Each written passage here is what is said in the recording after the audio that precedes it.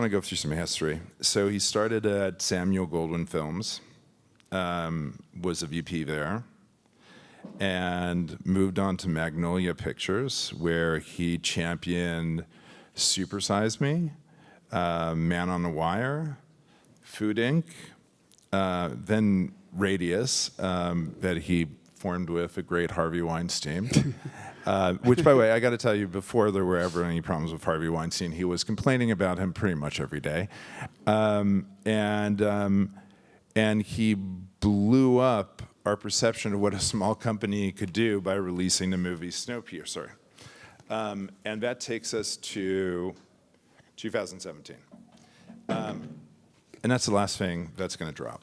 So can you just talk to us a little bit about the creation of Neon, how you made it happen, and actually mostly what the thesis was behind it? Because I feel like people want to, and we're talking to people that all want to start companies, and everybody wants to start a company. No one really realizes how complicated it is to start a company.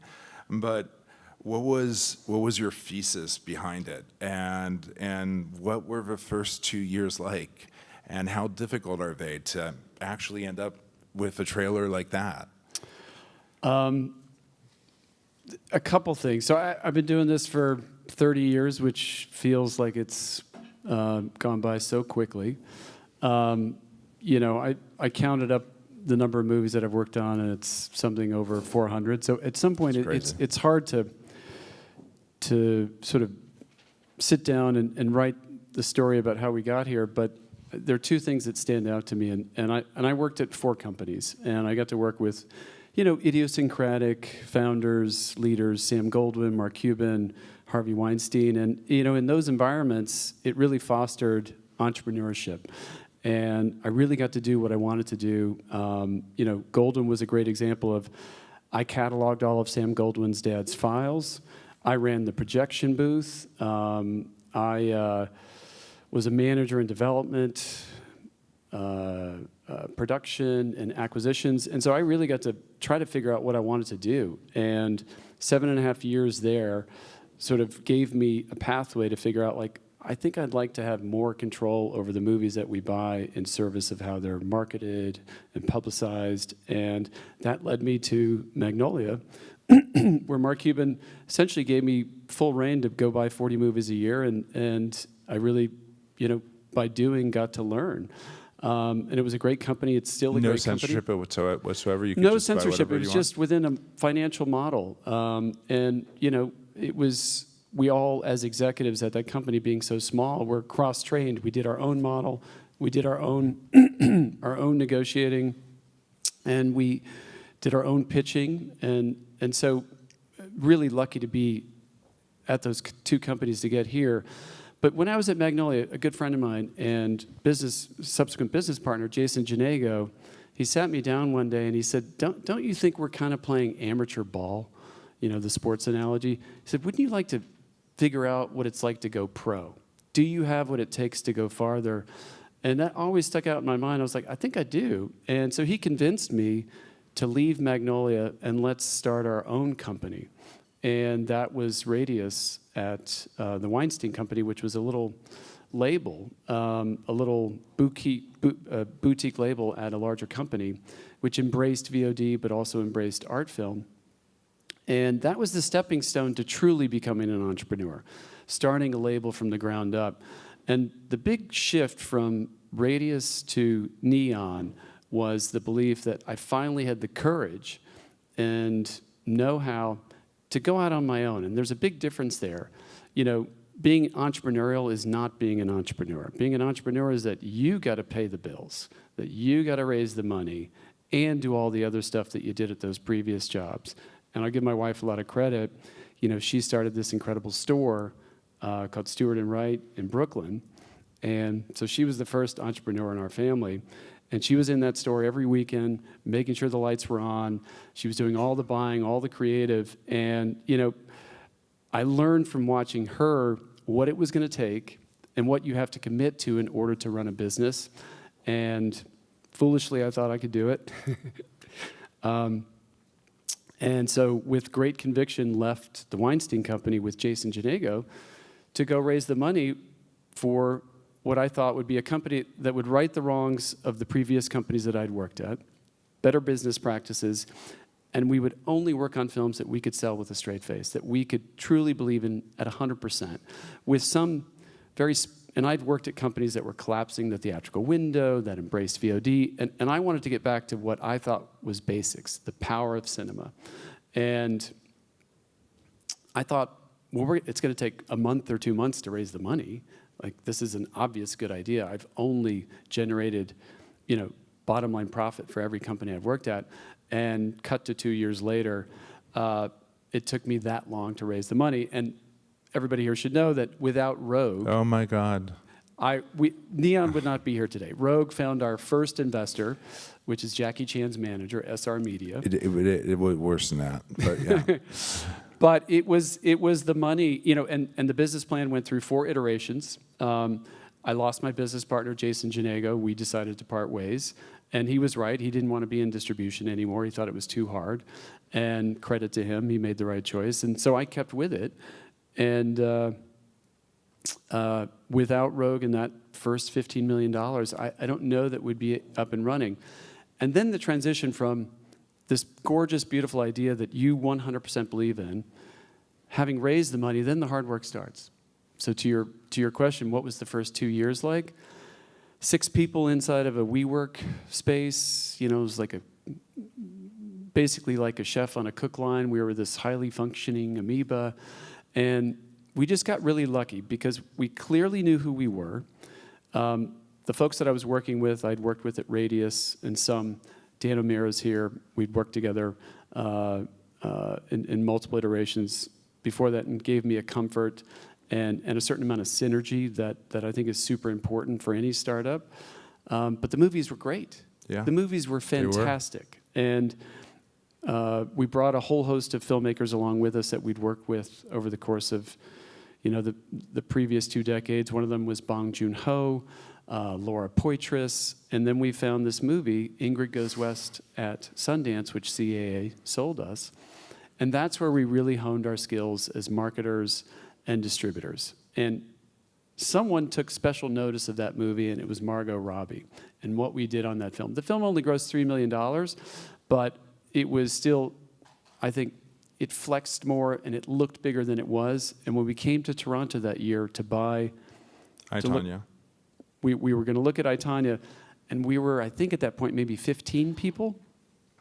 And we had just enough money to buy I, Tonya. Because you're buying it with the equity of in your company at that point in time. Everything, all of our equity was going into the company. And so super risky. There's no room for error.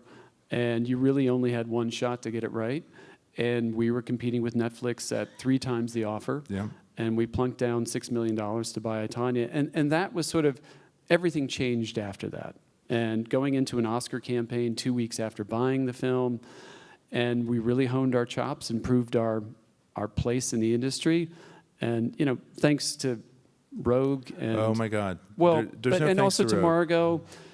Margot and Craig, the director, for believing in us that we could do a better job than... Well, and that actually changed for us, for the sellers, for the filmmakers, for the actors, because at that point it felt like, well, we're all going to Netflix. It felt like you're all going to Netflix, and you came in and you gave that hope. And Margot Robbie took a risk on herself, a gigantic risk on herself, where she could have taken a much bigger deal, not have to worry about the theatrical success of the movie, but she believed in you. And I think that once that happened, filmmakers started looking at it, well, no, everyone tells us theatrical's dead, theatrical's not dead, and look at what you can do when you do it right. And the other thing is, she knew who she was and we knew who we were. We knew what that film represented. It was sort of the anti-awards film. And we immediately knew, no, we're going to come out, first piece of material you will see will be a red band trailer. And this is not that long ago, but it's a super traditional industry, and all the consultants were coming to us saying, you can't go out with a red band trailer. We're like, have you seen the movie? We're going to be the guilty pleasure, the true story, this crime thriller that happens to be something that, at the end of the day, truly is about class and the way that we all participated, the way that we all sort of consumed this story about these two women who initially weren't weren't really living or on opposite ends of the tracks, but the media had sort of pitted them against each other. And yes, of course, Tonya Harding did commit a crime, but there was something really valuable at the heart of that. And I loved our campaign on that film, and I loved the movie itself, and the success, $30 million, 3 Oscar nominations, a win for Best Supporting. Yeah. It really was the thing that launched us. So now you're 6 Palme d'Or wins in a row. You're far removed from 2017. The business has changed drastically. And this is not a negative question. I'm going to throw some negative ones and throw some positive ones, and we'll figure our way through this. But what assumptions about the business did you have in 2017 that actually proved out to not be the correct ones? Well, I went into business thinking, oh, we're going to compete with A24. That's going to be our biggest issue. And the reality is, for the first 6 years, we didn't compete with A24. We were competing with Netflix. A lot of these movies that, they also wanted Ingrid Goes West. And so I was very surprised at every turn to see them. They wanted Portrait of a Lady on Fire. That was our biggest competitor. And we plopped down $1.6 million for this French language film for North America, which was sort of unheard of, but that was just a clear conviction that this was a once-in-a-lifetime movie. And so, those were big surprises. The other surprises were that, that we could go out on the open market and consistently find movies that were just miracles. Whether it was any of our 6 Palme d'Or winners, Anatomy of a Fall, Triangle of Sadness. But knowing full well, before we even opened, that one of my favorite directors that I'd only seen her debut film, Raw, I was like, we have to work with Julia Ducournau, that she's the future of cinema. Like, I knew it. And our head of production, acquisitions, and development, Jeff Deutschman, he also felt the same way. And so even before we were sort of officially up and running, we were pursuing Julia in anticipation that we're going to have to do her next film. I was too. I just failed. We were all doing it. Well, we went to Paris. We read her script for Titane, and we were like, what do you want? What do you want? And we offered it on the spot. And, seeing the completion of that film and then it subsequently winning the Palme d'Or was kind of just, none of that was the reason to do it. All of it was, though, a validation of, we really believe in the power of cinema. We believe in the power of creativity, of auteurs who are, bold and visionary in doing films that, might have a classic sort of framework or reference, but are doing something that you've never seen before. Well, so. You bring up brand identity, and I do think that anyone in this room, anyone outside of this room, anyone in the world, I think, maybe not all the world, but most of the world, would know Neon as being a certain kind of bold, uncompromising cinema. And how important is that brand identity and independent film distribution has been for you, and how difficult is it to maintain it while being commercially viable? It's the work that we do every day. The amount of discussions that happen inside of this company with a whole host of very super intelligent cinephiles that are committed to the work, that authentically love the same things that the company stands for, which is why I think it works. But we painstakingly do not compromise that. And at the end of the day, if that's all we're left with in failure, then I think we can get to the next step, that it is sustainable if you do not compromise that. And I think the commitment to that has attracted other filmmakers who want to be a part of that. It doesn't mean that everything works, but it does mean that we believe it should. And at least we will attempt to put out what I call the perfect decalogue of films every year, that if you like one of our films, I believe I can convince you to check out the other 9 that year, and maybe go all the way into our 125 film catalog. When you speak about filmmakers, and I mean, I think this is something that people are quite jealous about. Actually, in France, when Miraval, I'm sure, is not here anymore, but when I would spend a lot of time with him, I was always amazed by the loyalty of filmmakers, that they would just go back to the same producer, even if they had a bad experience. There was always that loyalty. In the U.S., not so much. I mean, a filmmaker will switch from Fox Searchlight to Neon, and they don't usually leave Neon, which is what I want to talk about. Is really how do you keep filmmakers loyal to you? I mean, you release their movies, and that's great, but the next day they may be offered a lot more to go someplace else, and yet they seem to come back to you. You can't force loyalty; you earn it, and loyalty, is. We want people to be happy wherever they work, and Sean Baker is someone that I think represents. He's as much a fan of cinema as he is a purveyor and an auteur. He supports the theatrical experience. He supports theaters. He does Q&As for all these other filmmakers. He's ever present on social media, supporting his fellow filmmakers and films. And so we were already working with Sean as a fan of film without officially releasing any of his movies. And I think it's people like that that are loyal to the ethos of cinema, not necessarily any single brand or company. And it so turned out that he felt that Anora was the right film and the right time for us to work together. And we agreed. And so, I don't think it's any slight on A24 or, we would love to make his next movie. But the reality is, we can all coexist, and I would obviously be heartbroken if we don't work with Bong Joon-ho soon, but we're not the right company for Mickey 17. That should be Warner Brothers. You're happy you didn't have that movie. Well, I don't think we could have afforded it. Yeah. Right. That's the best way of putting it. You'll keep a relationship going that way. You're still in the acquisitions business. You're still at every festival. I still see you at every screening. You still have that youthful exuberance of needing to see everything and tell me how horrible and how terrible a movie was, and how could I dare make you sit through it for an hour and a half. And at the same time, you'll come back and say, I absolutely want this movie. I'm not going to talk to you for 3 days. Maybe I'll send you an offer. All that, the torturing. But now that I have you on stage and you can actually reveal yourself a little bit, I'd love to know, when you go into that movie theater, what are you looking for? What are you looking for in a movie? What are you looking for in the ethos of a movie? Are you thinking about the commercial viability of a movie? Do you care about the commercial viability of a movie? Or is it really about you and then Christian saying, by the way, Christian, who works for him, is a genius.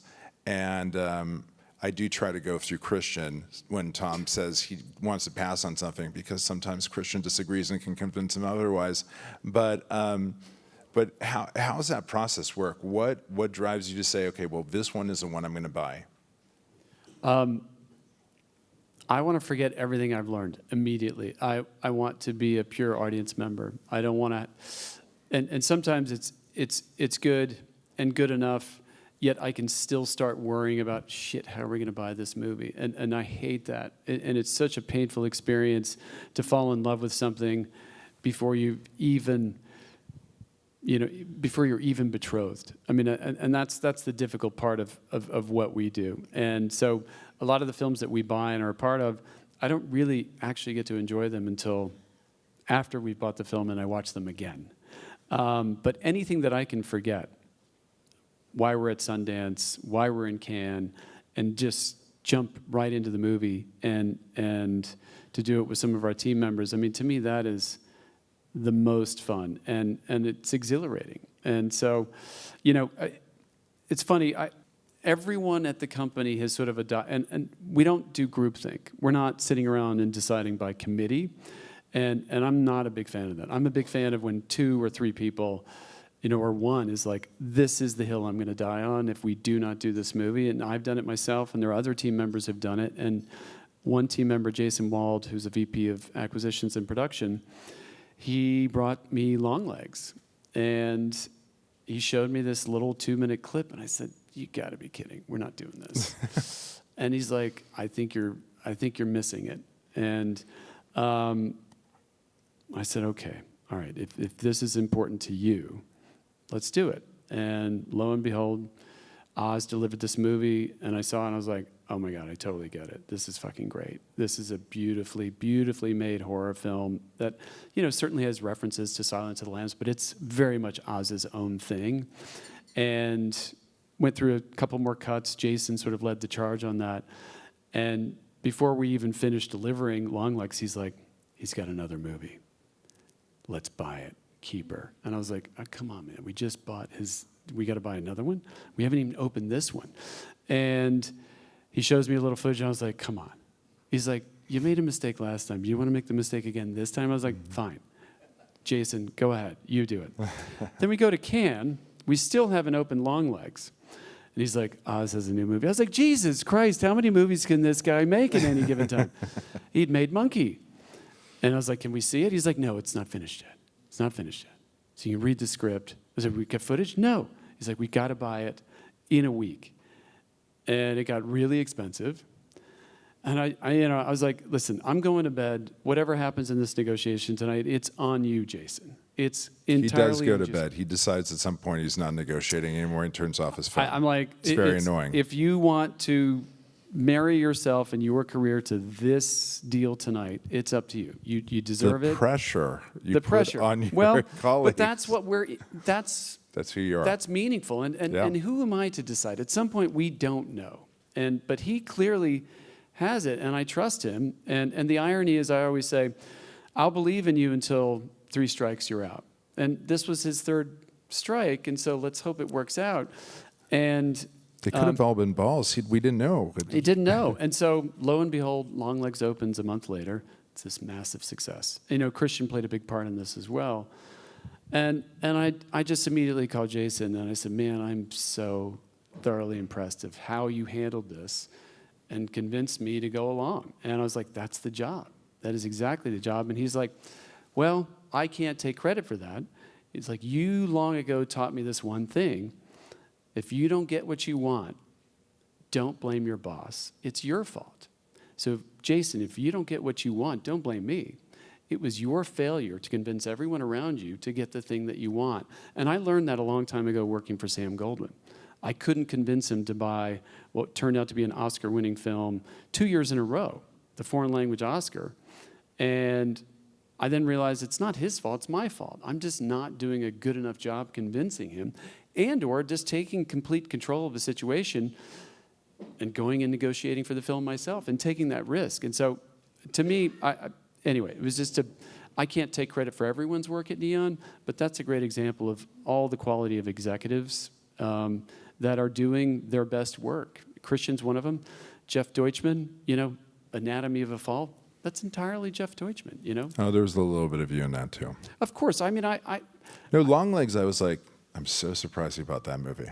But now it makes sense. But, and we're making Oz's new movie. And Oz, for me, sits right alongside the auteurs that Bong Joon-ho, And we are genre agnostic. We always wanted to be a part of these other. I'm a huge action. Pornography is going to be his next thing. We've already done that. I mean, we have several X-rated films on the slate. But all of it is to say, for us, it's all cinema, being genre agnostic, country of origin. We believe that what Neon represents is the best cinema the world has to offer. The country of origin, because you are. My question was going to be so simple. I actually have to ask you a question about P&A later, but we're going to, hopefully we can get through it. How much more time do we have? 7 hours? Great. So some of your biggest successes have been foreign films. You've convinced the American audience that not only were we ready for international cinema, but that we wanted to go out to the theater to watch an international cinema, that it wouldn't be dubbed, that we would read subtitles, and my fascination in that is you market an international film like it is a domestic film, and I don't understand how you do that. Well, a lot of people give Netflix credit for that, for growing this audience, and I want to publicly, once and for all, give that man back there, Michael Barker, credit for having, I think, really, he opened my eyes in a way that, seeing Crouching Tiger and seeing Kung Fu Hustle, you know, and then Harvey, of course, Amelie. Like, these are films that, for me, stood well beyond the subtitles and were crossing over in such massive ways. And, you know, I think maybe where we might differ is, you know, we liked, you know, we delve into more genre. We have no aversion to certain, I think, more hardcore genres, but also our marketing. We tend to have a little more fun, and we lean into it, and it's sort of like Anatomy of a Fall. You know, it could be scenes from a marriage, but not when you say, when your tagline is, did she do it? You know, at some point you have to have the conviction and confidence to truly sell your movies. And the other part is, you know, Parasite, there are 2 lines of English in that movie. Well, they should be up front and center in the trailer to give the audience an overall comfort about where we're going. And so these are limitations that you set for yourself, you know. Same thing with Anatomy of a Fall. There's a lot of English in that film. Let's use that. But most of that film takes place in a courtroom. That's not the greatest sell for that film, even though it totally works within context of the movie. Well, let's make sure we cut a trailer where you don't see, you don't know that you're in a courtroom. Let's set these limitations on our marketing in service of trying to aim higher than what these films traditionally have either been sold as or what they gross.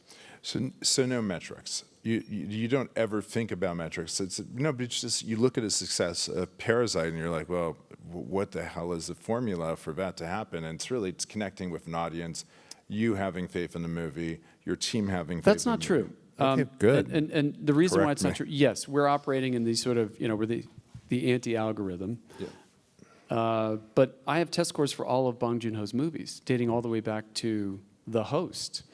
And, you know, most of his films tested in the 60s, top 2 boxes, which for, you know, a foreign language film, not bad, almost the norm. But when we sat down and tested Parasite, it tested in the low 90s. And I was like, wait a minute, this is something different. Combined with 100% from Rotten Tomatoes, won the Palme d'Or in the vacuum of the summer, I was like, this is going to be a lot bigger. I didn't predict it would be 55 million or that we were going to win Best Picture. But people kept saying to me, this is the best Korean film I've seen in a while. I was like, no, I think this is the best film that you've seen from any auteur this year or previous years. He's one of the world's best filmmakers, Korea, you know, notwithstanding. And that was sort of a game changer that I think Director Bong deserved that kind of recognition. It was the right film, the right time. And I'll give big shout out to our head of awards and publicity, Christina Zisa. We were at a dinner after they won the ensemble win at SAG, which I think is almost as big as them winning Best Picture. And she said, if not now, when? And I was like, right. If we aren't going to break 82 years of history, when the hell are we going to do it? And she was absolutely right. And at that point, we went for it. And that night, after the SAG Ensemble Award, she's like, we also need to book the Soho House. I was like, what do you mean? We're going to need a party, a serious party when we win Best Picture. And I was like, oh my God, that's super ballsy. What? Really? So we booked the Soho House the next day. And it's sort of, there's an intention behind that, you know? And at that point, we did believe. Because the other tagline for the film is, it was in a class by itself. And so all of that came to fruition. And you can see some of those lessons learned in what happened later on with Anora and what happened with Anatomy of a Fall. Like, we knew what it looked like. We had enough data. We knew what the Palme d'Or meant. We knew what the critical mass meant. We track all the, you know, the prognosticators every week, which they are not the voters, but there is a nice telltale every week to see how these awards races go. And they matter because it does change the outcome for these movies. And they're exhausting. And they are very labor intensive. Yes, they are. So the world is changing very rapidly, in so many ways. But we're just going to stick to cinema. It's rapidly changing in terms of streaming, social media, changing habits. I mean, it feels like it changes on a weekly basis. What about it excites you? What about it terrifies you? I think it's great. I mean, The single best theatrical experience my son had this year in theater was watching K-pop Demon Hunter, which, as a reverse platform, It wasn't just your son. I loved it. Well, it was, and I love that movie. I've seen it twice. I saw it at home. I didn't get to go to the theater with him, but the reverse platform post Netflix theatrical. I mean, like, we have yet to fully embrace all the tools and/or the windowing at our disposal. The idea that Old Boy, 20 years after its initial release in the U.S., could gross 3 times what it grossed, which we re-released, for me is super exciting for a younger audience who'd never seen that film before. You know, for any foreign language film to gross $2 million, amazing. For that film to be 20 years old and do it, I'm very optimistic about how far we can go. And there's a whole new generation that has no idea that the extraordinary amount of cinema that awaits them. So I'm as much of a fan of TikTok as anybody. And I hate TikTok. I love TikTok. I hate it. I love it. And you know, I hate it. It's honestly just another strand of entertainment for me, you know, combined with TV, combined with cinema. At some point, you know. I will delete TikTok off of all your phones today. How can you do that? I will. TikTok is, yeah.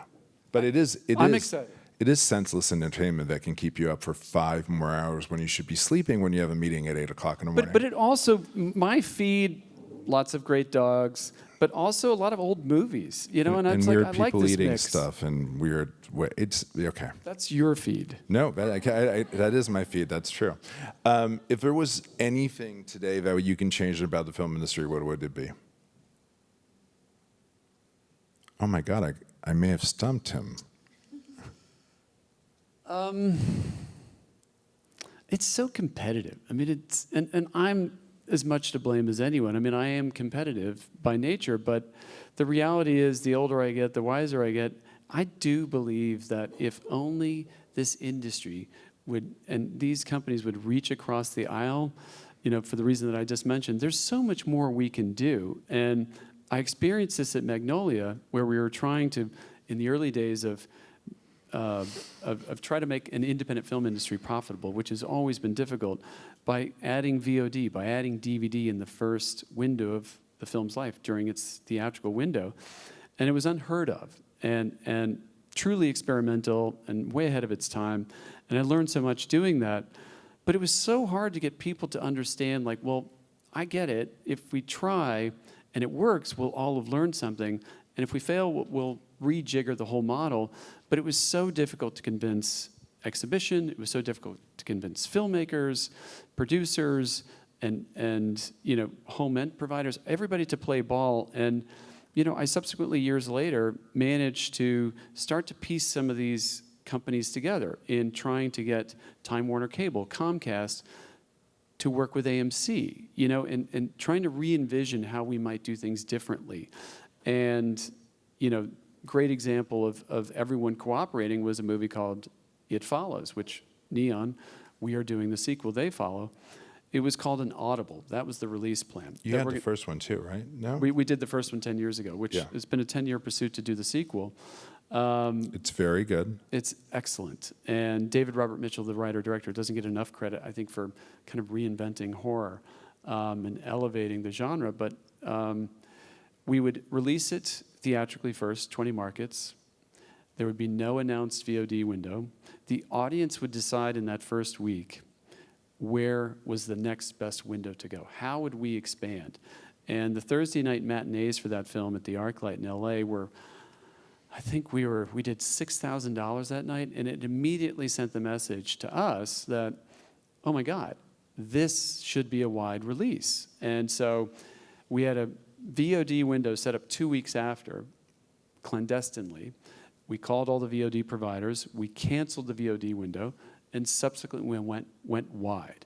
And so it seems sort of, well, that's not that big a deal today because everybody's doing this post-pandemic. But when we came into the pandemic, we were like, yeah, we know all the tools, exactly how to do this, what the price point should be, blah, blah, blah. But I still believe that between the streamers, the home end providers, the theatrical distributors, and filmmakers, we have other things that we can do that we are not trying just yet. And for that reason, I believe that there's a long way to go. And in service of protecting the thing that is the most exciting, bringing audiences together. And in many films, those audiences in those theaters are the best character. And we're never going to lose that.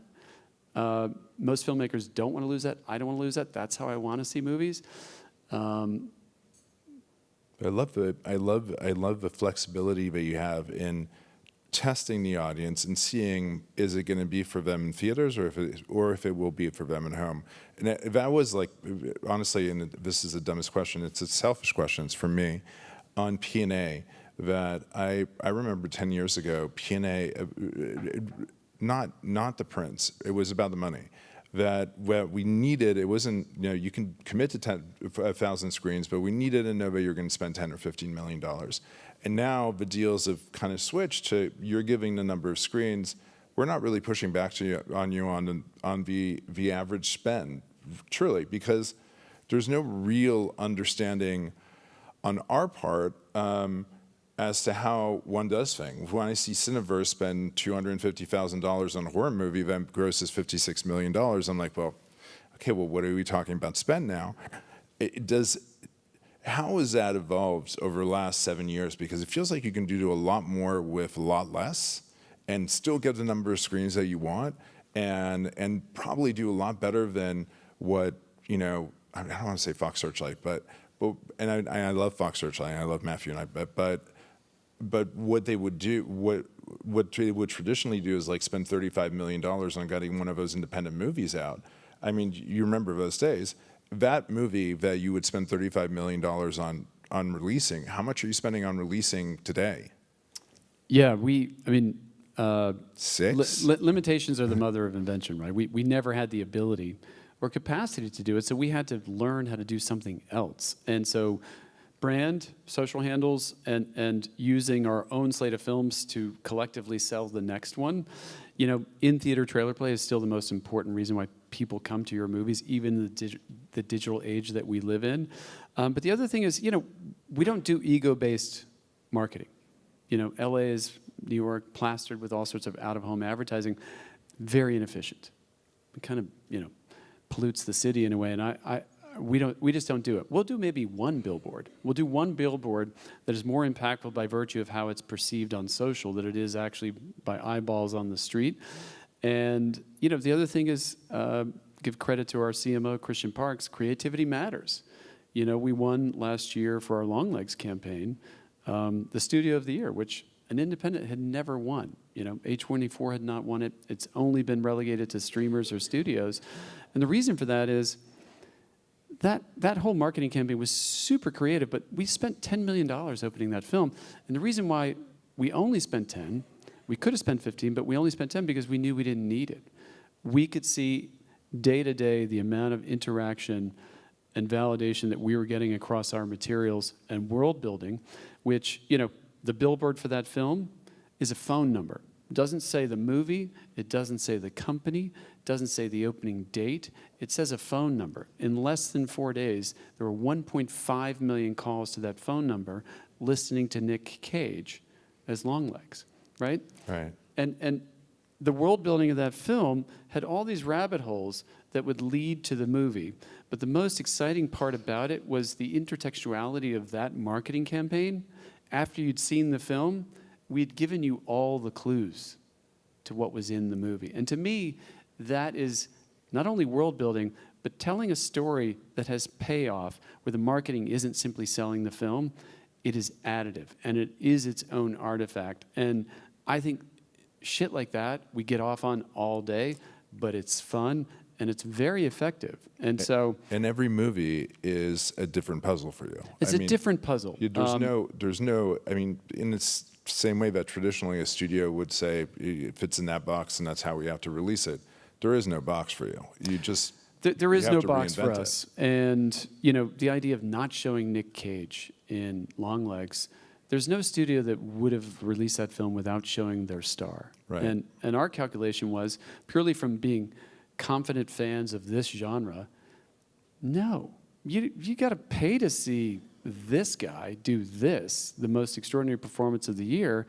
And in context, it pays off in a way that inside of, a certain amount of marketing it wouldn't have. It's like, don't show Jaws, right? So it's little things like that that I think, take some time to consider what it means, what's the impact. And we also like to, the things that we do where we try to be first in a lot of what we do, but we also try to be fast. And if it's not working, we'll just simply change. We'll change course, and that's okay. Everyone's attention spans moves on, and that's fine. But I think not trying stuff by virtue operating out of fear is kind of stupid. Yeah. You're not going to learn anything. No, that's all I wanted to hear. Yeah. One last question, and then let's talk about how wonderful this festival is. But 10 years from now, Neon will be 19 years old. It's a long time from now. But what legacy do you want to have kind of laid for this community? I mean, what do you want it to be? Well, I'm a lucky dude. I had no conception that I would ever achieve anything in this business, so I'm just happy to be here, and that's the truth. Same. I'm surprised I didn't get fired this morning. Well, the day's not over. No, I just had, I just poured myself into something that, I'd been fired from every job until I started working in film, and I just loved it, and I fell in love with the people. But what's the legacy of Neon? I get off most on seeing the team at Neon find their own path. And sitting back and watching them succeed is really quite satisfying. And so, I got to do my thing, and now seeing what they're doing. And for them to find the films that get them out of bed every day, that to me is the most exciting. You're definitely doing something special with them because their loyalty goes beyond anything. They're unhireable. They will not leave. Well, it's no, but nothing is forever, I'm joking. right? But I'm joking, but no, I think that allowing your team to grow, and as much as you are the face, you're always going to be Tom Quinn. There's nothing that you can change about that, nor should you want to. But the fact that you believe in empowering the youth around you and giving them the opportunity to fail and succeed is something where you breed loyalty. And I think that comes back to the filmmakers, it comes back to your company, it comes back to why we as an agency enjoy working with you so much. And it's just, you should embrace it and love it and actually accept a compliment from me. Thank you. Yeah, you're welcome. We're running out of time. I do have to say, Retta, who's hiding always on the couch over there, does throw an amazing festival. And I know that Michael out there loves it, and Patrick complains when he's not there, but he may has escaped now. Well, Michael's better half, Tom, or lesser half, only likes to come when he gets the Game Changer award. I know That's true. But Michael is loyal and comes every year. Yeah, but you're a true blue, you're pretty, Zurich, Michael. And there's no one that's sadly more loyal than me. Now it's just become an addiction, so they can't get me out of here, which they're going to buy me a house this year. But you've been pretty loyal to this festival. And what about this place makes it feel special to you? It's the only one of its kind. It's the only one of its kind. This room, the people who come here, I always manage accomplishing something every year. And, Christian and Retta have always been super nice and great. You can't argue with the Dolder, right? I mean, it's pretty sweet. Zurich is such a great city, but it's also a great festival. It's very well attended. The movies, the selection, the time of year has only become more important and grown in prominence. And, I would always hate and I've missed maybe a year here or there, and I'm always like, ugh. And you're always complaining about it. And I'm complaining about it, yeah. But I always try to get my wife to come back. She came with me a long time ago. Once, yeah. And I haven't been able to convince her to come back with me, but the Game Changer Award convinced her to come back. So for that reason, it's very successful. That's great.